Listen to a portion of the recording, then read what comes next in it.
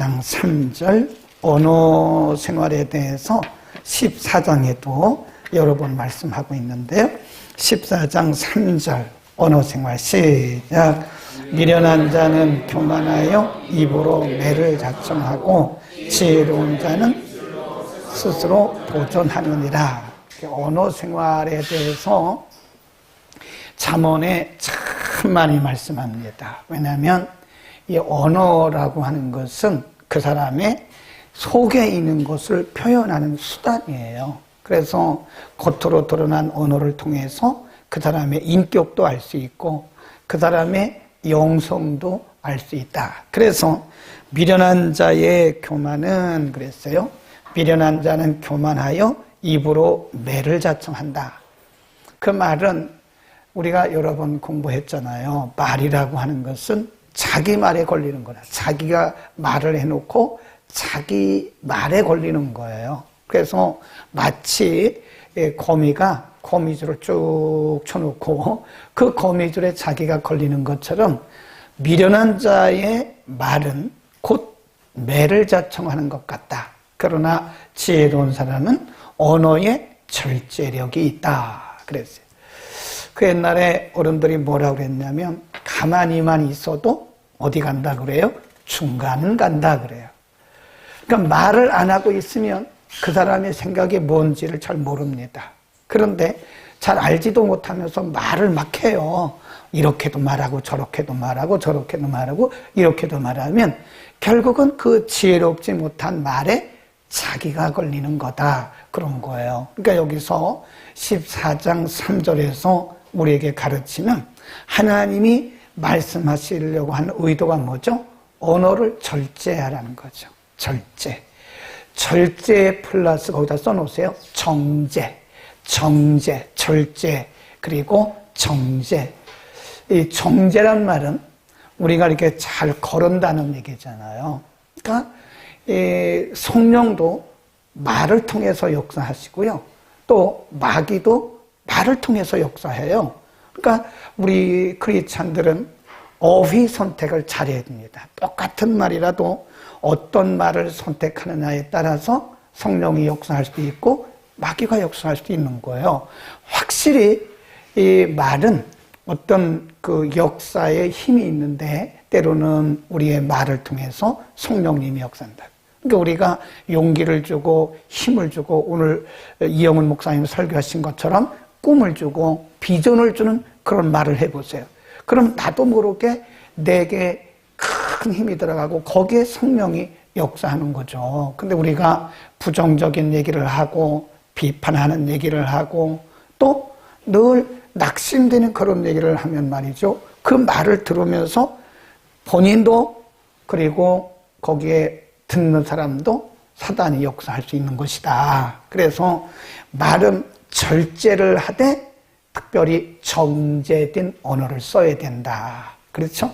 우리가 이렇게 다듬어진 언어를 우리 그거를 뭐라 그러냐면 어휘 선택이라 그럽니다. 말을 할 때 어휘 선택을 아주 잘해야 됩니다. 그 다음에 5절로 갑니다. 5절 14장 5절 시작. 신실한 증인은 거짓말을 아니하여도 거짓 증인은 거짓말을 내느니라. 여기서는 어떤 때를 의미하냐면 우리가 증인으로 갔을 때 예를 들어서 어떤 것의 가부 그 진실이냐 아니냐를 말할 때 우리가 증인으로 갔을 때 그 말을 잘못 증언하면 그 사람의 인생에 큰 해를 끼칠 수도 있는 거예요. 그러니까 진실한 증인은 거짓말을 하지 않는다. 그러니까 진실한 증언을 하라는 거예요. 진실한 증언을. 우리가 잘못 증언하면 그 사람의 인생에 큰 해를 미칠 수도 있기 때문에 그런 것이다. 그러니까 말 한마디가 어쩌면 그 사람의 인생을 살릴 수도 있고 죽일 수도 있는 거죠. 그러니까 말을 정말 잘하는데 거짓말, 거짓 증언은 해서는 안 된다. 그런 겁니다. 7절로 갑니다. 7절 시작. 너는 미련한 자 앞을 떠나라. 그 입술에 지식이 있음을 보지 못함이니라. 이 말은 쉽게 말하면 어리석은 자, 미련한 자의 앞을 떠나라. 그 입술에 지식이 없다. 그 말은 미련한 말을 하는 사람, 정제된 말을 하지 않는 사람, 말에 절제가 없는 사람을 뭐라고요? 가까이 하지 말라는 거죠. 예, 그에게 기대할 것이 없다는 거죠. 멀리 하라는 거죠? 예, 말을 많이 하는 사람. 그리고 말에 절제를 못하고 정제되지 못한 그런 단어를 쓰는 사람은 가까이 하지 마라.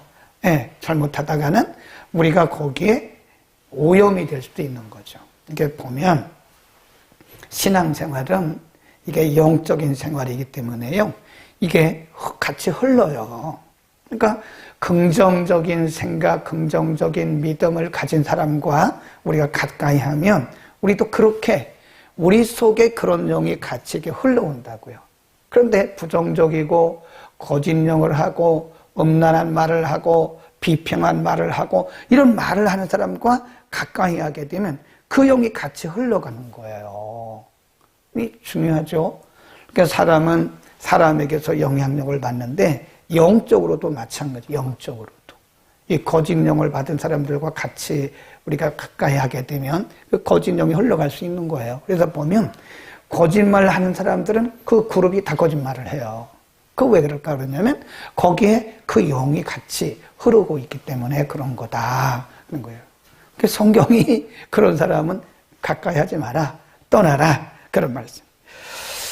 그 다음에 이제 인간관계에 대해서 가르치는 말씀입니다. 4절입니다. 4절. 참 이게 우리가 줄을 그어놓고 평생 기억할 말씀이에요. 4절 시작. 소가 없으면 구유는 깨끗하려니와 소의 힘으로 얻는 것이 많으니라. 참 굉장히 중요한 말씀이죠. 소가 없으면 할 일이 없어요. 부위가 깨끗하니까 뭐 편안합니다. 근데 소가 있으면 할 일이 많아서 피곤하기는 한데 소를 통해서 얻는 것이 많다는 거예요. 이게 인간관계를 가르치는 말씀이에요. 우리가 어떤 때 보면 우리에게 조금 가시 노릇하는 사람들도 있거든요. 근데 그 사람 없으면 너무 편하고 좋아요. 근데 때로는 하나님이 그런 사람도 쓰세요. 때로는. 그래서 인간관계에서 꼭 나와 마음이 똑같이 맞는 사람들만 친구하고 같이 하면 우리가 편안하긴 한데 사실은 구유가 깨끗한 거와 똑같은 게 별로 열매가 없다는 거예요. 그래서 우리가 때로는 우리와 마음이 좀 맞지 않고 때로는 가시 노릇해서 우리를 좀 힘들게 하는 사람이 있어도요, 우리가 개인적으로나 이 공동체에서 감수하고 그 사람을 품어야 돼요. 왜냐하면 그를 통해서 얻는 것도 있다는 거예요. 힘들죠? 인간관계에서 우리를 힘들게 하는 사람이 있으면 정말 힘들죠. 그런데 결국은 그 사람을 통해서 하나님은 일을 하고, 하나님이 일하시는 것을 보면은요, 꼭 내 마음에 드는 사람만 통해서만 일하시는 건 아니더라고요. 또 믿음이 좋은 사람만 통해서 일하는 것도 아니에요. 네, 영모를 줄 필요도 없으니까 편해. 그러나 소가 있으면 부담되고 하는 일도 많아서 힘은 들지만 소를 통해서 얻는 것이 많다. 두 가지입니다. 꼭 기억하세요. 여러분 인간관계 속에서 여러분을 힘들게 하는 사람이 없으면 아주 편하고 좋습니다. 그러나 얻는 것은 없어요. 반대로 여러분을 힘들게 하는 사람이 있으면 힘은 들고 때로는 마음의 상처도 될 수는 있으나 그를 통해서 얻는 것도 많아요. 아멘. 그러니까 우리가 조금 적극적인 자세를 가져야 되는 거예요. 우리 사역도 마찬가지입니다. 우리가 아무런 사역 안 하고 여러분도 평신도로서 그냥 새벽 예배에 와서 기도하고 주일 낮 예배, 밤 예배, 수요 예배, 금요 기도에 와서 기도나 하고 그럼 끝나면 되지만 그러나 여러분이 뭔가 사역에 동참하게 된다면 부담이 돼요. 예. 아무것도 안 하면 편하지만 그러나 얻는 것은 없어요. 열매는 없어요. 반대로 우리가 부담은 되지만 또 부담을 통해서 얻는 열매들은 굉장히 많습니다. 이 4절, 5절의 말씀을 꼭 4절 다시 한번 읽습니다. 시작. 소가 없으면 구유는 깨끗하려니와 소의 힘으로 얻는 것이 많으니라. 아무것도 안 하면 편하지만, 아무것도 안 하면 편하지만 얻는 것은 없다. 그러나 우리가 힘써서 애쓰면 부담은 되지만 열매는 많다. 이 말씀을 꼭 기억하시기 바랍니다.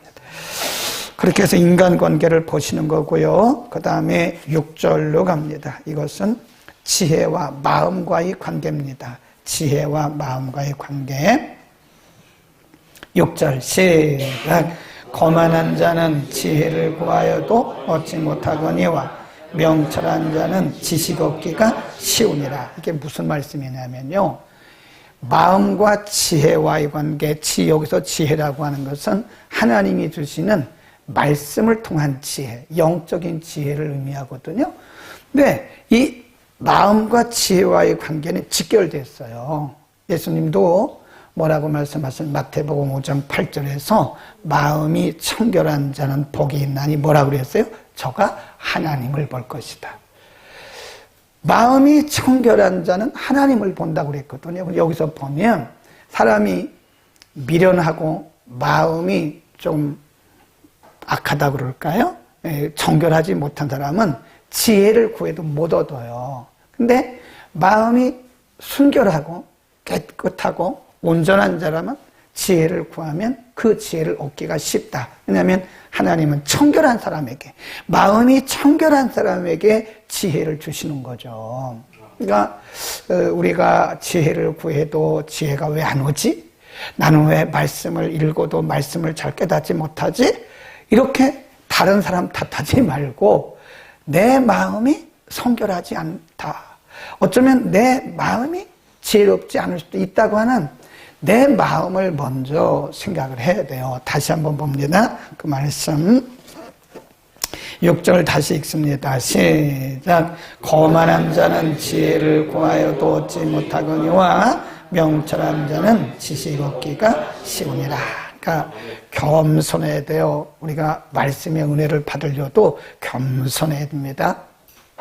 예수님이 씨 뿌리는 비유를 말씀하셨잖아요. 어떤 사람이 씨를 뿌리는데 씨가 어떤 씨는 길가에 들어요. 딱딱한 사람들이 왔다 갔다 해서 단단히 굳어진 길가에 떨어졌다고요. 어떤 씨는 아주 흙이 얇은 돌짝밭에 떨어졌다고요. 어떤 씨는 가시덤불에 이것저것 가시덤불 속에 떨어졌다. 어떤 씨는 잘 갈아엎어진 옥토에 떨어졌다고요. 예수님이 설명을 해주셨어요. 그 밭은 인간의 마음이다. 씨는 하나님의 말씀이다 그랬잖아요. 똑같은 말씀인데 어떤 사람은 왜 이렇게 말씀을 통해서 은혜를 많이 받아요? 네. 말씀을 들으면 말씀이 다 깨달아지는 거예요. 저는 이렇게 생각합니다. 신앙생활에서 말씀으로 은혜를 못 받으면 불행한 크리스찬이에요. 우리가 교회 오는 게 뭐예요? 예배드리는 이유가 뭡니까? 말씀을 통해서 은혜를 받아야 되잖아요. 우리가 성경책 들고 다니면서 말씀을 통해서 은혜 받지 못하면 정말 불행한 크리스찬입니다. 예. 그 왜 그럴까요? 어떤 사람은 말씀을 들으면 말씀이 다 이해가 되고, 말씀을 읽어도 그 말씀이 아주 살아 움직이는 말씀이 되는데, 어떤 사람은 말씀을 들으면 졸리고 빨리 끝나달라고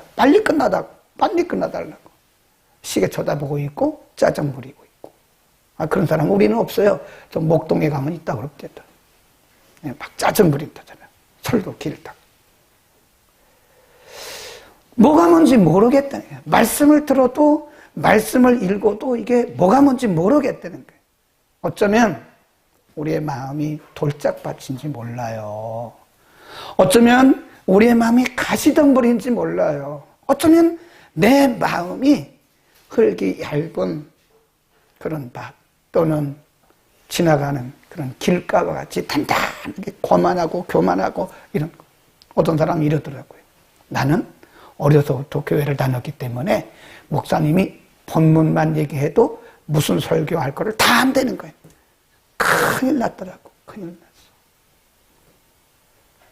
어제 들은 말씀 오늘 들어도 그게 은혜가 되는 겁니다. 다음에 우리가 어제 읽은 말씀 오늘 읽어도 그게 은혜가 되는 거예요. 하나님의 말씀이니까. 그런데 어째서 나는 다 안다. 어렸을 때부터 내가 교회 다녔기 때문에 나는 무슨 말씀인지 다 알고 있다. 이렇게 마음이 거만하고 교만해가지고는 참 안타깝다는 생각이 들어요. 네. 우리는 마음부터 잘 이렇게 갈아엎어야 됩니다. 마음이 기용되지 않으면 우리가 성경을 아무리 많이 읽어도 은혜가 되지 않는 겁니다. 한 줄을 읽어도, 한 절을 읽어도, 한 단어를 봐도 그 말씀에 성령의 감동이 있는, 그래서 그 말씀이 우리 속에서 스파크가 막 일어나요. 말씀의 스파크가 일어나야 되는 거죠. 난 그런 분들이 참 부럽더라고요. 야, 저분들은 진짜 말씀의 은혜를 받는구나. 네. 그 얼마나 행복한 크리스찬입니까? 아멘. 우리는 마음이 거만해가지고는 말씀을 깨달을 수가 없어요. 마음이 거만해가지고는 지혜를 얻을 수가 없습니다. 아멘. 그 다음 10절로 갑니다. 10절 시작. 마음의 고통은 자기가 알고 마음의 즐거움도 타인이 참여하지 못하느니라. 마음의 고통도 자기가 알고 마음의 즐거움도 타인이 참여할 수 없다. 그 말은 자기가 안다 그런 거죠. 이게 다르게 말하면 모든 것이 자신의 마음에 달렸다 그런 겁니다. 네, 모든 것이 내 마음먹기에 달렸다. 네, 우리가 그런 얘기를 하잖아요. 예를 들어서 잘 안 보이시죠? 잘 안 보이실 텐데 여기에 지금 물이 절반쯤 있어요. 네, 박간사님이 물을 절반쯤 떠다 놨어요. 자, 한번 마셔볼게요. 그래도 절반 남았어요. 자, 여기 지금 물이 절반 남았거든요. 근데 사람마다 말하는 게 틀려요. 절반밖에 안 남았네? 굉장히 불안하죠? 물이 절반밖에 안 남았어. 근데 어떤 사람은, 와, 물이 절반이나 남았네? 근데 긍정적이잖아요. 물이 절반이나 남았어요. 어떤 사람은 절반밖에 안 남았네? 근데 부정적이잖아요. 근데 그게 어디에 달렸냐? 마음에 달렸다는 거예요. 똑같은 문제도 어떤 사람은 야, 좋다, 멋있다 이런단 말이에요. 근데 어떤 사람은 왜 저래? 똑같은 건데. 예. 김 목사님은 아침에 일어나면요 항상 거울 앞에 서셨다잖아요. 그 직접 얘기한 걸 들었어요. 예.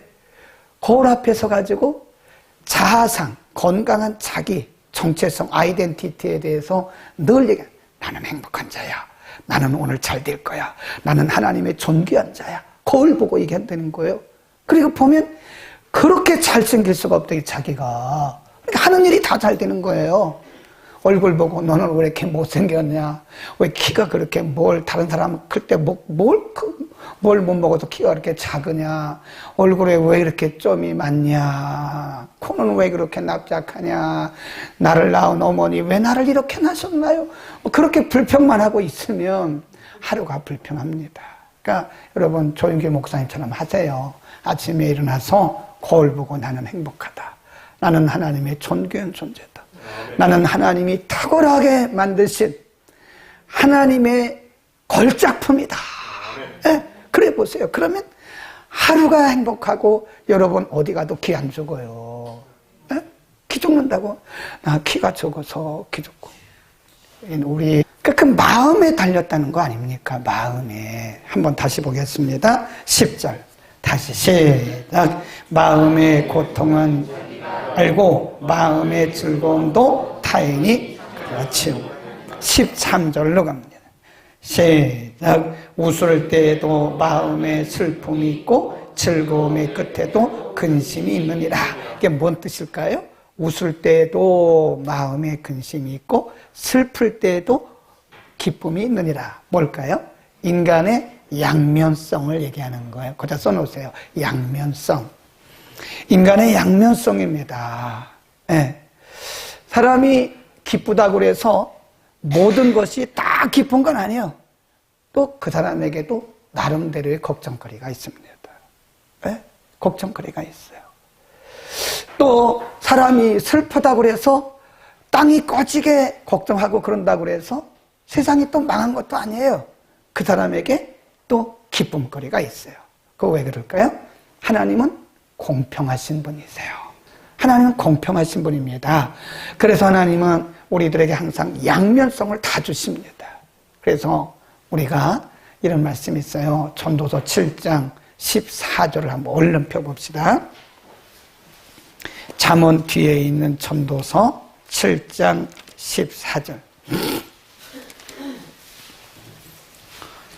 하나님의 섭리의 방법이 이렇다는 거예요. 14절. 전도서 7장 14절 시작. 형통한 날에는 기뻐하고 곤고한 날에는 생각하라. 하나님이 이 두 가지를 병행하게 하사 사람으로 그 장래일을 능히 헤아려 알지 못하게 하셨느니라. 하나님이 양면, 두 면을 병행하신다는 거예요. 어떤 때는 형통하게 하시고 어떤 때는 곤고하게 하시고 어떤 때는 기쁨의 면이 있고 어떤 때는 슬픔의 양면이 있다는 거예요. 예, 밤이 있으면 낮이 있고 낮이 있으면 밤이 있고 그런 것처럼 더울 때가 있으면 추울 때가 있고 추울 때가 있으면 더울 때가 있는 것처럼 하나님은 매우 공평하신 분이세요. 우리는 양면성이 있어요. 예? 우리가 즐거움이 있으면 너무 교만하지 마세요. 내가 믿음 좋아가지고 내가 기도했더니 하나님 기쁨 주셨다 그런 얘기 하지 마세요. 거기에도 슬픈 면이 있습니다. 여러분에게 슬픔이 있다고 그래서 너무 낙심하지 마세요. 하나님이 거기에 또 기쁨을 넣어주세요. 그러니까 하나님이 두 가지를 뭐 하신다고요? 병행하신대요. 병행. 이 두 가지를 병행해서 그래서 우리가 형통할 때는 뭐 하라 그랬어요? 거기 다시 한번 보세요. 형통한 날에는 뭐 하래요? 기뻐하라. 그 말은 막 기뻐서 흥분하고 그런 뜻이 아니에요. 하나님을 찬양하고 하나님께 영광 돌리고 그런 뜻입니다. 그리고 곤고한 날에는 생각하라. 낙심하고 그러지 말고 곤고한 날에는 하나님의 의도가 무엇인지 깊이 생각하라. 우리는 이거를 요약하면요. 겸손하라는 뜻입니다.